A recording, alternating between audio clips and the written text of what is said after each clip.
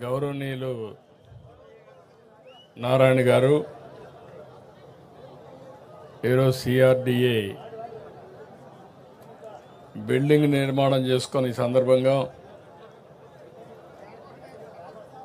ఈ కార్యక్రమానికి ఇచ్చేసినటువంటి వేదిక పైన ఉండే పెద్దలందరికీ ఒక పక్కన స్థానిక పార్లమెంట్ సభ్యులు కేంద్ర మంత్రి పెమ్మసాని చంద్రశేఖర్ గారు, స్థానిక శాసనసభ్యులు గౌరవనీయులు శ్రవణ్ కుమార్ గారు, ఇంకో పక్కన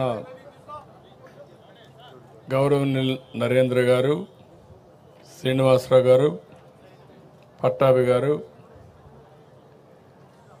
municipal administration secretary Suresh Kumar గారు, సిఆర్డిఏ కమిషనర్ కన్నబాబు గారు, అధికార యంత్రాంగానికి అందరికంటే ముఖ్యంగా ఈరోజు ఇక్కడ సిఆర్డిఏ ఆఫీస్ ఓపెన్ చేసుకున్నామంటే దానికి కారకులైన రైతు సోదరమండలందరికీ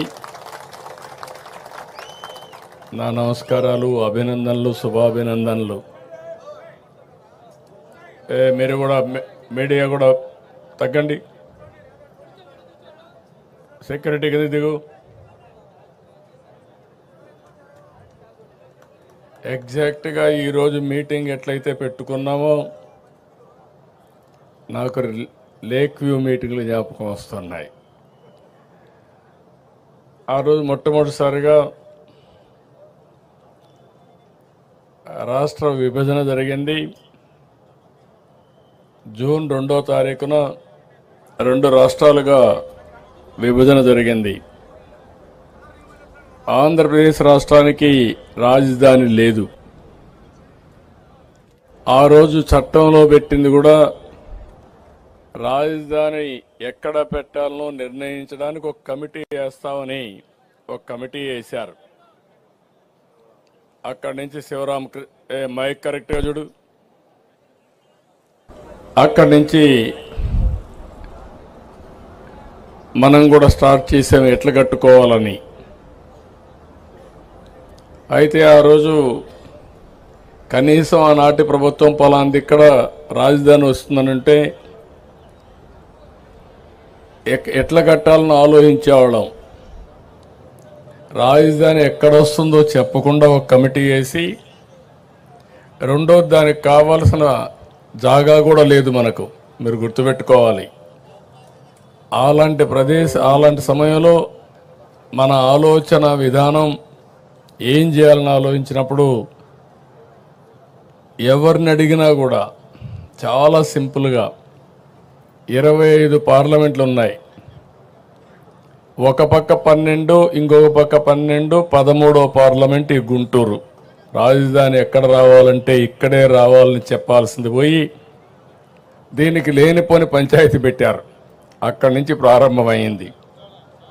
ఆ సమయంలో నాకైతే అసెంబ్లీలో కూడా ఎక్కడ రాజధాని పెట్టాలంటే లేనిపోని సమస్యలు క్రియేట్ చేసి ఎవరెవరు మా ఊరికే కావాలనే పరిస్థితికి వచ్చారు.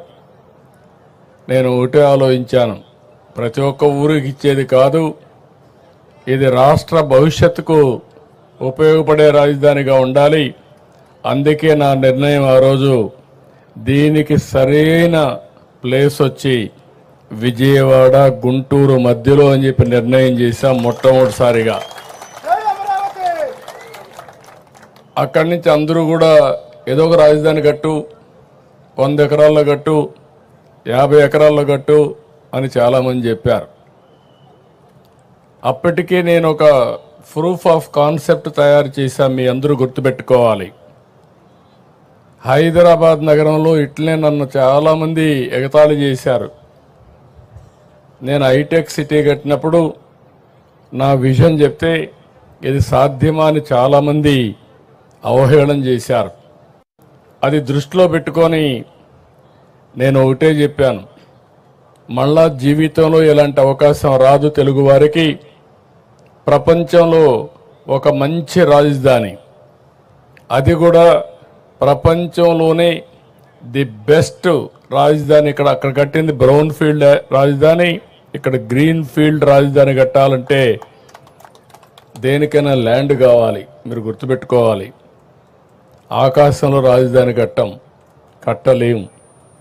హైదరాబాద్లో అవకాశం ఏంటంటే రాజధాని కట్టే సమయంలో గవర్నమెంట్ ల్యాండ్స్ చాలా ఉండేటివి. మొత్తం సైబరాబాద్ ఏరియా అంతా కూడా. దానికి కారణం నిజాం పరిపాలనలో అక్కడంతా కూడా డెవలప్ గుర్రాలన్నీ కూడా అక్కడ గ్రేజింగ్ పెట్టేవారు, మొల్చేది. అలాంటి ప్రదేశం చాలా గవర్నమెంట్ ల్యాండ్స్ అని కొంతమంది హైదరాబాద్ నుంచి పాకిస్తాన్కి వెళ్ళిపోయి ఆ ల్యాండ్స్ కూడా వదిలిపెట్టిపోయారు. అవన్నీ తీసుకొని నేను బ్రిక్ బై బ్రిక్ డెవలప్ చేశా. ఆ అనుభవం నాకుంది. అయితే ఇక్కడ ఏం చేయాలని నాకు అర్థం కాకపోతే నాకు దారి చూపించింది ఇక్కడుండే రైతాంగం అని చెప్పి మరొకసారి మీ అందరికీ విజ్ఞప్తి చేస్తున్నా. మీలో ఎందుకంటే భూమి అనేది ఒక సెంటిమెంట్. నేను ఎక్కడ ఏ ప్రాజెక్ట్ని కట్టినా మీరు ఒక్కసారి చూస్తే ఎక్కడ కూడా ఫెయిల్ కాలా.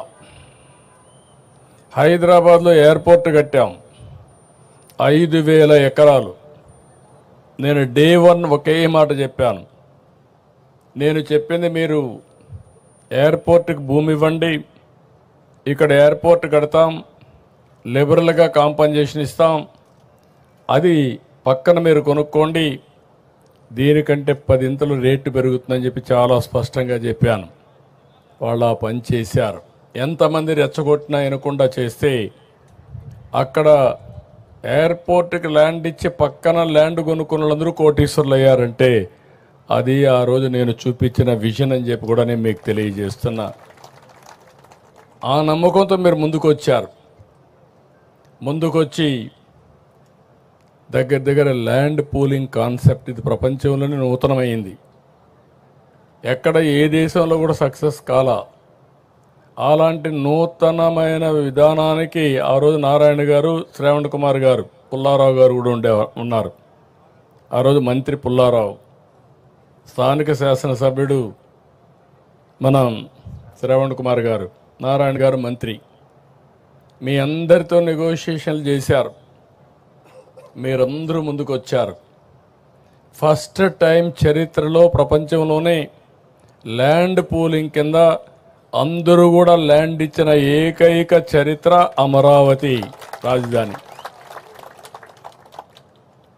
అది నా జీవితంలో ఎప్పుడూ మర్చిపోలేను. అలాంటి దీనికి దోహదం చేశారు. తర్వాత జరిగిన 5 ఏళ్ళు. అయితే ఆ రోజు మనం గుర్తుపెట్టుకోవాల్సింది, ముందు రాజధాని ఎక్కడ పెట్టాలని నిర్ణయం జరిగింది. ఆ తర్వాత మీరు ల్యాండ్ ఇవ్వడానికి కొంత సమయం ఏ విధంగా రావాలి, పాలసీ అన్ని కూడా నిర్ణయించాం. ల్యాండ్ పూలింగ్ చేశాం. అప్పటికే లేట్ అవుతుందంటే సెక్రటరియట్ కట్టాం, అసెంబ్లీ కట్టాం. నేను ఆ రోజు చెప్పింది మాస్టర్ ప్లాన్ ప్రకారం మనం సెక్రటరియట్, అసెంబ్లీ ఇవన్నీ వచ్చే లోపల మనకు ట్రాన్సిట్ అంటే ఈరోజు ఉండడానికి మంచి బిల్డింగులు కావాలంటే అవి కావాలని అపోజిషన్ పార్టీ ఇవన్నీ కూడా రేకు షెడ్లు వేస్తున్నారు, లేకుంటే ఇంకోటి చేశారని చెప్పి అపహాస్యం చేసే పరిస్థితికి వచ్చారు. కానీ ఈరోజు నేను చెప్తున్నా, I'm very happy. First building CRDA building మొదలైంది. ఇది ప్రారంభం మాత్రం. రేపు రాబోయే రోజుల్లో గవర్నమెంట్ బిల్డింగ్స్ కానీ ప్రైవేట్ బిల్డింగ్స్ కానీ అన్నీ వస్తాయి. ఇది ఇంకొక విషయం కూడా మిమ్మల్ని అందరినీ కోరుతున్నా. మీరు పడిన కష్టాలు 5 ఏళ్ళు నేను చూశాను. ఆడబిడ్డల పడిన అవమానం నేను చూశాను. రోడ్డెక్కి పోరాడారు. ఆ రోజు ఒకటి కాదు అనేక ఉద్యమాలు చేశారు. మీరు చేసిన ఉద్యమానికి అండగా ఉండడానికి నేను కూడా జోలి పట్టి డబ్బులు వసూలు చేసి ఆ డబ్బులన్నీ అజిటేషన్కి ఇచ్చా. శివారెడ్డి, తిరుపతిరావు వీళ్ళంతా చేస్తూ ఉంటే, కొండేళ్ళందరూ చేస్తూ ఉంటే మీ ఉద్యమానికి సహకరించాలనే ఉద్దేశంతో చేశాం. ఆ ఉద్యమ ఫలితం ఈరోజు మనందరం ఇక్కడ కూర్చోగలిగాం. ఇప్పుడు నేను మిమ్మల్ని కోరేది, పడిన కష్టాలు మర్చిపోతే భవిష్యత్తులో ఓసారి మనం అటు ఇటు వెళ్ళిపోతాం. మీ కష్టాలు నేను చూసా, మీ ఇబ్బందులు నేను చూసా, మీ త్యాగాలు చూసా. ఆ త్యాగాల ఫలితాలు మళ్ళీ మీరు అనుభవించడానికి నేను అన్ని విధాలుగా మీకు సహకరిస్తానని మరొక్కసారి మాట ఇస్తున్నా. దాంట్లో అనుమానమే లేదు. ఫేజ్ 1 ల్యాండ్ పూలింగ్లో మీరు భూమి ఇచ్చారు. ఫేజ్ 2లో మీరందరూ కష్టాలు పడ్డారు. ఇచ్చిన నేరానికి, లేకుంటే మీరు చేసిన త్యాగానికి మిమ్మల్ని నానా హింసలు పెట్టి, ఒకటి కాదు అన్ని హింసలు పెట్టారు.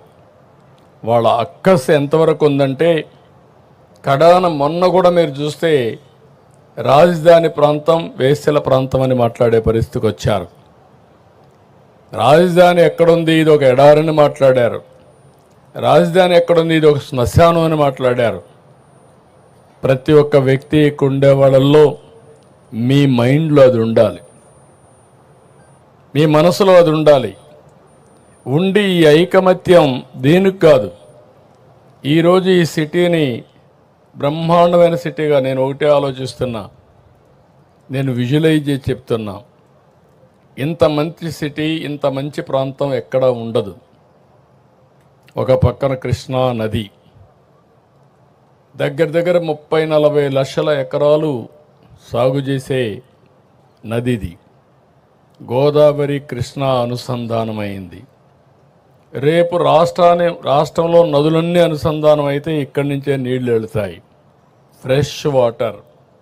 ఏ సిటీ కూడా లేదు భారతదేశంలో ఇలాంటి సిటీ. భారతదేశంలోనే కాదు, ప్రపంచంలో ఎక్కడా లేనటువంటి సిటీ ఈ అమరావతి అని చెప్పి కూడా నేను మీకు తెలియజేస్తున్నా. రెండోది, బంగారు పండించే భూములు ఇవి.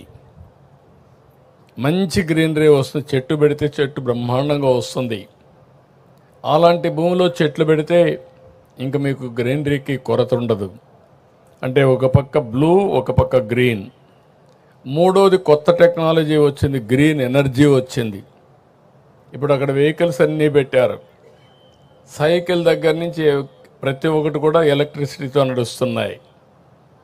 ఇక్కడ సోలార్ వచ్చింది, ఇంటిపైనే సోలార్ పెట్టుకునే పరిస్థితికి వచ్చాం. ఇంకొక పక్కన రాష్ట్రంలో గ్రీన్ హైడ్రోజన్కి వెళ్తున్నాం. అంటే ఈ ప్రాంతంలో పొల్యూషన్ లేకుండా చేయడానికి ఏమేం చేయాలో అవన్నీ చేస్తున్నాం. ఇంకొక పక్క హైదరాబాద్ నగరాన్ని నేను చూసి, అన్ని నగరాలు చూస్తున్నాం. చేసినప్పుడు రోడ్డు మీదనే, రోడ్డు కిందనే పైపులు వేస్తారు.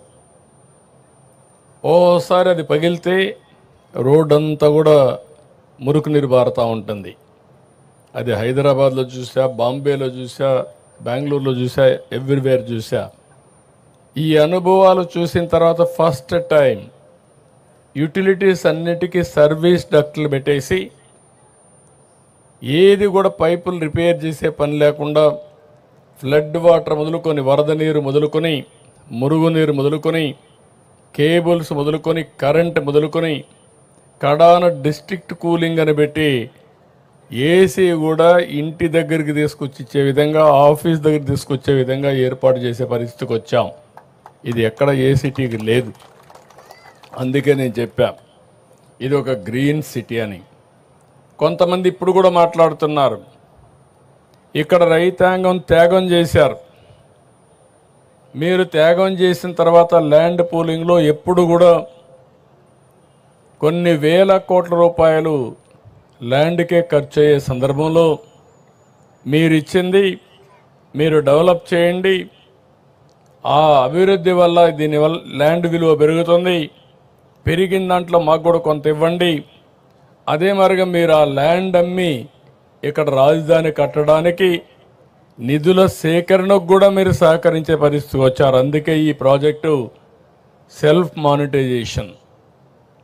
అంటే ఒక్క రూపాయి కూడా గవర్నమెంట్ డబ్బులు ఖర్చు పెట్టడం లేదు. నేను విమర్శించే వాళ్ళకందరికీ ఒకే మాట చెప్తున్నా, మీరు ఎప్పుడూ విమర్శే మీరు చేసేది. హైదరాబాద్లో నేను ఒక్క రూపాయి గవర్నమెంట్ డబ్బులు ఖర్చు పెట్టలేదు. నా తెలివితేటలతో ఆ రోజు బిల్డింగ్ బై బిల్డింగ్ కట్టా. ఆటోమేటిక్గా ట్యాక్సులు పెరిగాయి. ఈరోజు హైదరాబాద్ నగరం వల్ల తెలంగాణ రాష్ట్రానికి 70% వనరులు హైదరాబాద్ నుంచి వస్తున్నాయంటే అది ఆ రోజు నేను వేసిన ఫౌండేషన్ అని చెప్పి మీకు తెలియజేస్తున్నా. అక్కడ ల్యాండ్ ఇచ్చాను, ఇక్కడ ల్యాండ్ పూలింగ్లో ల్యాండ్ మీరు ఇచ్చారు. ఆ ల్యాండ్లో కొంత ల్యాండ్ రిజర్వ్ చేసి ఆ ల్యాండ్ కూడా అమ్మి ఇప్పుడు నిన్న చూస్తే హైదరాబాద్లో నాకు ఎంత ఇది రాయదుర్గ్లో ఎకరా 177 కోట్లు. నేను హైటెక్ సిటీ స్టార్ట్ చేసినప్పుడు హైటెక్ సిటీ ఎదురుగా ఎకరా ₹1,00,000. ఈరోజు 177 కోట్లు అంటే ఎన్ని రెట్లో మీరు ఒకసారి ఆలోచించుకోండి. అంటే ఈరోజు మీరు గుర్తుపెట్టుకోవాల్సింది, ఈరోజు సిటీ ఇక్కడికి ఆగిపోతే ఒక చిన్న సిటీగా తయారవుతుంది. హైదరాబాద్ ప్రారంభించింది సైబరాబాద్లో. ఎయిర్పోర్ట్ ఎక్కడ కట్టాం? శంషాబాద్లో.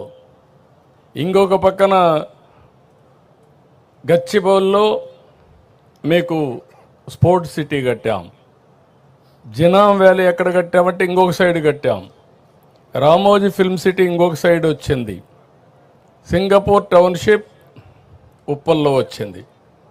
స్టేడియం ఉప్పల్లో కట్టాం. దాంతో ఏమైందంటే 9 మున్సిపాలిటీలు కలిపి ఔటర్ రింగ్ రోడ్ వేసి 163 కిలోమీటర్ల రోడ్ వేసి హైదరాబాద్కి ఒక వడ్డాణం, ఒక నెక్లెస్ తయారు చేసాం. ఆ రోడ్ని మీరు చూస్తే ఎవరు ఇప్పుడు చేయలే, రిప్లికేట్ కూడా చేయలే. ఇప్పుడు డెవలప్మెంట్ అంతా చుట్టూరు జరుగుతూ ఉంది.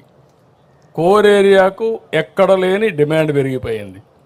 కోర్ ఏరియా ఏది? సైబరాబాద్. సైబరాబాద్ అంతా కూడా బ్రహ్మాండంగా రేటు పెరిగింది. అక్కడి నుంచి చుట్టుపక్కలంతా పెరిగే పరిస్థితికి వచ్చింది. ఒకప్పుడు హైదరాబాద్లో అబిడ్స్ సెంటర్ ఎన్టీ రామారావు గారు ఉన్నప్పుడు ఎవరు వచ్చినా అబిడ్స్లో ఉండేవాళ్ళు. అందుకే ఆయన కట్టిన థియేటర్ కూడా 35 mm 70 mm ఎన్టీఆర్ ఎస్టేట్ అబిడ్స్లో కట్టాడు. తర్వాత జూబ్లీ హిల్స్, బంజారా హిల్స్ వచ్చింది. తర్వాత జూబ్లీ హిల్స్ వచ్చింది. తర్వాత సైబరాబాద్ వచ్చింది. సైబరాబాద్ వచ్చిన తర్వాత అబిడ్స్ని మర్చిపోయారు. ఇప్పుడు హైదరాబాద్ ఏదో పాత నగరం అయిపోయింది. అంటే ఈరోజు రాబోయే రోజుల్లో విజయవాడ, గుంటూరున్న, తెనాలున్న ఫ్యూచర్ సిటీ అమరావతి. ఇది seat of power, seat of governance. ఇది గవర్నెన్స్ ఇక్కడి నుంచి రన్ అవుతుంది. ఇది అయిన తర్వాత మొత్తం పెరగకపోతే మనం కూడా ఇది ఒక మున్సిపాలిటీ మారిగా ఉంటుంది. మీరు అందరూ గుర్తుపెట్టుకోవాలి.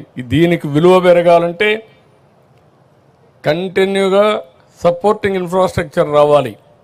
హైదరాబాద్లో ఇన్నర్ రింగ్ రోడ్ వచ్చింది, ఔటర్ రింగ్ రోడ్ వచ్చింది. సిటీ నుంచి కొన్ని రోడ్లన్నీ కనెక్టివిటీ వచ్చాయి. అక్కడ సరిగా చేయలేకపోయాం, బిల్డింగ్లన్నీ కట్ చేయలేం. కాబట్టి ఇక్కడ బిల్డింగ్లు కట్ చేయాల్సిన అవసరం లేదు, ప్లెయిన్ ల్యాండ్ ఉంది. సింగపూర్ ఇచ్చిన ప్లానింగ్ మీరు చూస్తే one of the best plan. Seed capital, seed, దీని తర్వాత ఏరియా, ఈ ఏరియా కోర్ క్యాపిటల్, ఆ తర్వాత ఏరియా మొత్తం కలిసి సిఆర్డిఏ ఏరియా మొత్తం రీజియన్ తీసుకొచ్చారు. దానికి 7 రాజధానులకు మన రాజధాని నుంచి 7 రోడ్లు పోతాయి డిఫరెంట్ స్టేట్స్కి. ఇవన్నీ కూడా మనకు రాబోయే రోజుల్లో చాలా ఉపయోగపడతాయి. నేను ఒకటే చెప్తున్నా, ఇక్కడుండే రైతాంగం నెక్స్ట్ లెవెల్కి మీరు ఆలోచించాలి. ఇక్కడ మీ ఎంపీ ఉన్నాడు. మీ ఎంపీ ఒకసారి మీ మారిగానే ఒక సాధారణ కుటుంబంలో పుట్టాడు, నా మారిగానే చదువుకున్నాడు, అమెరికాకి వెళ్ళాడు, అక్కడ ఒక ఐటీ కంపెనీ పెట్టాడు డాక్టర్గా ఉండి, బాగా డబ్బులు సంపాదించి మళ్ళీ తిరిగి ఇక్కడికి వచ్చాడు ప్రజాసేవకు. అంటే ఒక సక్సెస్ స్టోరీ. చిన్న వయసులోనే అక్కడి నుంచి ఎంపీగా సునాయాసం గెలిచాడు. కేంద్రంలో డబుల్ ఇంజిన్ సర్కార్ వచ్చింది, మనకు అవకాశం వచ్చింది, ఆయనకు కూడా జాక్ పాట్ వచ్చింది. ఒక మాటలో చెప్పాలంటే ప్రజాసేవ చేయడానికి ఇంత తొందరలు ఇవి రావు. అది మీ ఎంపీ కావడం మీ అందరి అదృష్టం. అది కూడా చెప్తున్నా, గుర్తుపెట్టుకోవాలి. ఇక్కడ మీ ఎంపీ లెవెల్ హెడ్గా ఉన్నాడు, చేయాలని తపనుంది, డెవలప్మెంట్ చేయాలని తపనుంది. ప్రపంచాన్ని చూశాడు, దేశంలో మంత్రిగా ఉన్నాడు. ఆయనకు కూడా చెప్పా, ఎక్కువ సమయం స్పెండ్ చేయండి. ఇక్కడ రైతాంగం ఎవరైతే ఈ ప్రాంతంలో భూమి ఇచ్చారో వీళ్ళని ప్రయోజకులుగా తయారు చేయాలంటే ఏమేమి తయారు చేయాలనో ప్లానింగ్ తయారు చేయమని వారికి కూడా చెప్పా. నేను ఇంకొక మాట కూడా చెప్పాను, ఎక్కడ పోయినా మిమ్మల్ని గురించి ఆలోచిస్తాను. ఒక ఉదాహరణ SRM విట్టుకు చెప్పాను. నేను ఎప్పుడు చెప్పేవాడిని, ఒకప్పుడు హైదరాబాద్లో మీరు చూస్తే ఎక్కువ భూమి పేదవాళ్ళకు ఉండేటివి. నేను పదే చెప్పేవాడిని, మీరు భూమి అమ్మద్దండి, అమ్మేస్తే తక్కువ ధరపోతుంది, దీని విలువ పెరుగుతుంది, మీరు పెట్టుకోమని చెప్పేవాడిని. కొంతమంది సరే అవసరాలు లేకుండా తెలియని తరం కూడా ఉండి అమ్మేవాళ్ళు. అమ్మితే డబ్బులు వస్తే ఏం చేయాలో తెలిసేది కాదు. అంత మునుపు 50,000, 30,000, 10,000 రూపాయలు అమ్మే ఎకరా 4 కోట్లు 5 కోట్లు అమ్మితే ఆ డబ్బులు ఎక్కడ పెట్టుకోవాలో తెలిసేది కదా. అప్పట్లోనే గోను సంచుల్లో పెట్టుకునేవాళ్ళు. నేను ఎప్పుడూ ఎగ్జాంపుల్ చెప్పేవాడిని, వీళ్ళంతా నేరుగా 5 స్టార్ హోటల్ పోయి కాస్ట్లీయెస్ట్ విస్కీ పేరు తెలియదు కానీ ఆ హోటల్లో ఉండి విస్కీ తాగాలనేవాళ్ళు. అప్పుడు నేను ఇవన్నీ మళ్ళీ చెప్పేవాడిని. ఇక్కడుండే మీకు కూడా చెప్తున్నా, దుర్వినియోగం చేయొద్దండి. అమరావతి రైతాంగం అంతా మీరు మీ పిల్లలు ఆలోచించండి. అందరం సాధారణ కుటుంబాలను పుడతాం. వచ్చిన అవకాశాన్ని ఉపయోగించుకుంటే మనం అనుకున్న స్థాయికి ఎదిగేదానికి అవకాశం ఉంటుంది. మీరు ఇంటికి ఒక ఆంట్రప్రెన్యూర్ అన్నాను. ఆ ఆంట్రప్రెన్యూర్ అనేది అమరావతి నుంచే ప్రారంభం కావాలనేది నా ఆలోచన. ఇక్కడ విట్టు, SRM, రేపు రాబోయే రోజుల్లో టెక్నాలజీ కోసం బిట్స్ పిలాని ప్రపంచంలో ఉండే యూనివర్సిటీస్ అన్నీ వస్తాయి. ఇక్కడే మీ భూమిలో మీరు చూస్తే క్వాంటమ్ కంప్యూటింగ్ వస్తూ ఉంది. క్వాంటమ్ వాల్యూగా డిక్లేర్ చేశాను. విశాఖపట్నంలో నిన్నే గూగుల్, ఈరోజు ఢిల్లీకి వెళ్తున్నా, గూగుల్ కూడా వచ్చే పరిస్థితికి వచ్చింది. ఈ గూగుల్ వల్ల AI సునాయాసంగా డేటా సెంటర్ AI వస్తుంది. ఇవన్నీ కూడా మీరు గుర్తుపెట్టుకోవాల్సింది. నాకు కూడా అర్థమయ్యి ఇవన్నీ కాదు, నేను మొదటి నుంచి కూడా ఏదైనా అర్థం చేసుకొని ప్రపంచంలో ఏది జరుగుతుందో దాన్ని ముందు ఊహించి మన తెలుగు జాతికి అందించాలనేది నా ఆకాంక్షని మరొక్కసారి మీ అందరికీ తెలియజేస్తున్నా. ప్రధానమంత్రి గారు క్వాంటమ్ మెషిన్ పెట్టాడు, నేను క్వాంటమ్ కంప్యూటర్ అమరావతి తీసుకొచ్చా. ప్రధానమంత్రి గారు గ్రీన్ హైడ్రోజన్ మిషన్ పెట్టాడు, నేను ఆంధ్రప్రదేశ్ని గ్రీన్ హైడ్రోజన్ వ్యాలీగా తయారు చేస్తున్నా. అందరూ ఏ గురించి మాట్లాడుతున్నారు? హైదరాబాద్లో మీరు ఆ రోజు హైటెక్ సిటీ, IT ఒకే ఒక నిర్ణయం, మీ ఊర్లో కూడా ఉంటారు. ప్రపంచంలో ఏ దేశానికి పోయినా హైయెస్ట్ పర్ క్యాపిటల్ ఇన్కమ్ ఎవరిదంటే తెలుగువారిది. అది తెలుగువారి యొక్క ప్రతిభని మరొకసారి మీ అందరికీ విజ్ఞప్తి చేస్తున్నా. ఇప్పుడు అయిపోయింది, డేటా సెంటర్ లేకపోతే క్వాంటమ్ కంప్యూటర్, ఇంకొక పక్కన ఎక్కడికక్కడ ఆర్టిఫిషియల్ ఇంటెలిజెన్స్ వల్ల నిర్ణయాలు చేయడం చాలా ఈజీ అవుతుంది, చాలా అక్యురసీ వస్తుంది. నేను ఇక్కడే ముగ్గురికి నారాయణ గారు చెప్తున్నా, నారాయణ గారు ఫస్ట్ నుంచి అసోసియేట్ అయ్యాడు, శ్రావణ్ కుమార్ ఫస్ట్ నుంచి అసోసియేట్ అయ్యాడు. మీతో సంబంధాలు పెట్టుకొని మిమ్మల్ని మెప్పించిన వ్యక్తులు.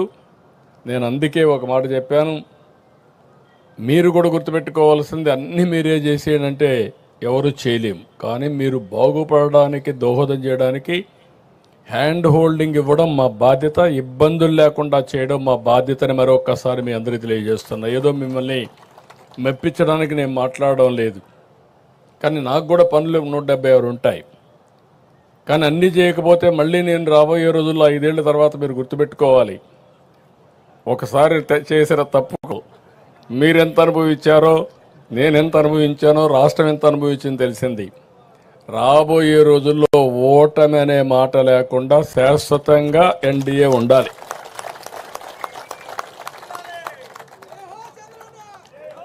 ఎన్డీఏ శాశ్వతంగా ఉంటే అటు నరేంద్ర మోడీ గారు 2047కి ప్రపంచంలోని నెంబర్ 1 ఆర్థిక వ్యవస్థగా భారతదేశం తయారవుతుంది. దానికి ఇంజన్గా ఆంధ్రప్రదేశ్ రాష్ట్రం ఉంటుందని మరొకసారి మీ అందరికీ విజ్ఞప్తి చేస్తున్నా. అందుకే ఈరోజు జనసేన అధినేత పవన్ కళ్యాణ్ గారు, తెలుగుదేశం, బీజేపీ ముగ్గురం కలిసి మనం ముందుకు పోతున్నాం. ఇక్కడ ఉండే రైతాంగం కూడా మీరు గుర్తుపెట్టుకోవాల్సింది, మీరందరూ కూడా ఇంకా రాబోయే రోజు రైతు నుంచి పారిశ్రామికవేత్తలు కావాలి. ట్రాన్సిషన్. ఇంకా మీరు రైతు ఆలోచన చేశారంటే మళ్ళీ ఎక్కడికో పోయి ఒక 5 ఎకరాలు 10 ఎకరాలు భూమి తీసుకొని మళ్ళీ వ్యవసాయం చేయాల్సి వస్తుంది. కాదు, ఈ ప్లేస్ మారింది, ప్రొఫైల్ మారింది. మీ ఆలోచన మార్చాలి, మీరు కూడా బాగుపడాలి. రాష్ట్రంలో ఉండే ప్రతి ఒక్కరికి చెప్తున్నా, నేను ఎక్కడ ఏది చేసినా ప్రజల కోసం చేస్తా, భవిష్యత్ తరాల కోసం చేస్తా. మీరు కూడా సహకరిస్తే రాష్ట్రం అన్ని ప్రాంతాల్లో అభివృద్ధి చేసుకుంటాం. ఈ ఒక్క ప్రాంతం కాదు, విశాఖపట్నం దీనికంటే ఫాస్ట్గా వెళ్ళిపోతూ ఉంది. ఒకే ఒక నిర్ణయం, $10 బిలియన్ ఇన్వెస్ట్మెంట్ వచ్చింది. స్వతంత్రం వచ్చిన తర్వాత, ఆర్థిక సంస్కరణలు వచ్చిన తర్వాత దేశంలో వచ్చినటువంటి అతిపెద్ద ఎఫ్డిఐ గూగుల్ ఇన్వెస్ట్మెంట్ అని చెప్పి కూడా నేను మీకు తెలియజేస్తున్నా. ఫస్ట్ టైం అలాంటి ఇన్వెస్ట్మెంట్ వచ్చినప్పుడు ఇంకా రాష్ట్రంలో చాలా వస్తున్నాయి. అవన్నీ కూడా మీరు చూస్తున్నారు. మీ మంచి మనసు పనిచేసింది. స్థలబలం అమరావతికి బ్రహ్మాండంగా ఉంది. కొన్ని ఇబ్బందులు వచ్చాయి, కానీ ఆ ఇబ్బందులు అధిగమించాం. మనం వేసిన ఫౌండేషన్ కూడా చాలా స్ట్రాంగ్గా ఉంది. ఆ రోజు నాకు బాగా జ్ఞాపకం, మొత్తం రాష్ట్రం దేశంలో ఉండే దేవాలయాలన్నింటిలో పూజలు చేసి పవిత్రమైన జలాన్ని, పవిత్రమైన మట్టిని తీసుకొచ్చాం. ఆ దేవుళ్ళ ఆశీస్సులు తీసుకొచ్చాం. మసీదుల నుంచి, చర్చిల నుంచి, ప్రార్థనాలయాలను తీసుకొచ్చాం.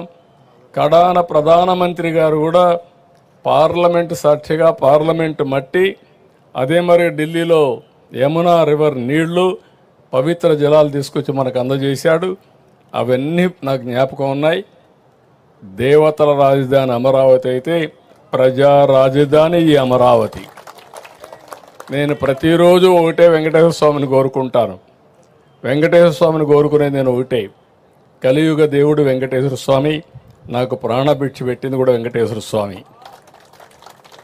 మరో జన్మనిచ్చాడు. అలాంటి వెంకటేశ్వర స్వామిని నేను కోరుకునేది.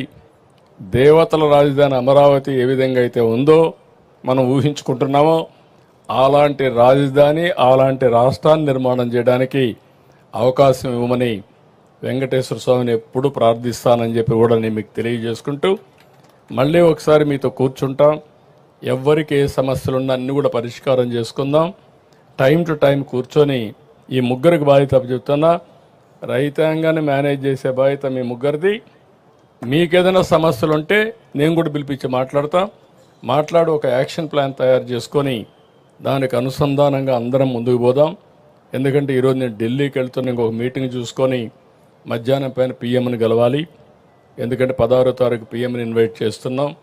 ఆయన శ్రీశైలం, కర్నూలుకు వస్తున్నారు సూపర్ జిఎస్టీ కింద. ఆ ప్రోగ్రాం ఉంది కాబట్టి టైం డిలే చేయడానికి వెళ్ళలేదు. తొందరలోనే మిమ్మల్ని కలుస్తానని చెప్పి కూడా నేను మీకు తెలియజేసుకుంటూ, ఎవ్వరికీ అనుమానం అవసరం లేదు. మిమ్మల్ని మరిచిపోయే సమస్య లేదు. మిమ్మల్ని మరిచిపోతే మీరు చేసిన త్యాగాన్ని నేను మర్చిపోయినట్టు అవుతుందని చెప్పి మరొకసారి తెలియజేసుకుంటూ, మీ త్యాగాన్ని గుర్తుపెట్టుకుంటా, మిమ్మల్ని గుర్తుపెట్టుకుంటా, దానికి ప్రతిఫలం అనునిత్యం ఆలోచించి ఏ విధంగా చేయాలనో చేసుకుందామని చెప్పి తెలియజేసుకుంటూ, మరొకసారి వండర్ఫుల్ ఒకేషన్. జీవితంలో మరుపు రాలేనటువంటి సంఘటన. ఫస్ట్ బిగినింగ్ మాత్రం ఇది అయిపోయిందని నేను అనడం లేదు. ఈరోజు ప్రారంభం చేశాం. మన యాత్రకు ప్రారంభం. కనీసం కూర్చోవడానికి ఒక ప్లేస్, ఆ ప్లేస్ ఇచ్చిన మిమ్మల్ందరినీ పేరు పేరున అభినందిస్తూ అందరికీ నమస్కారాలు. జై హింద్, జై జన్మభూమి, జై అమరావతి, జై అమరావతి.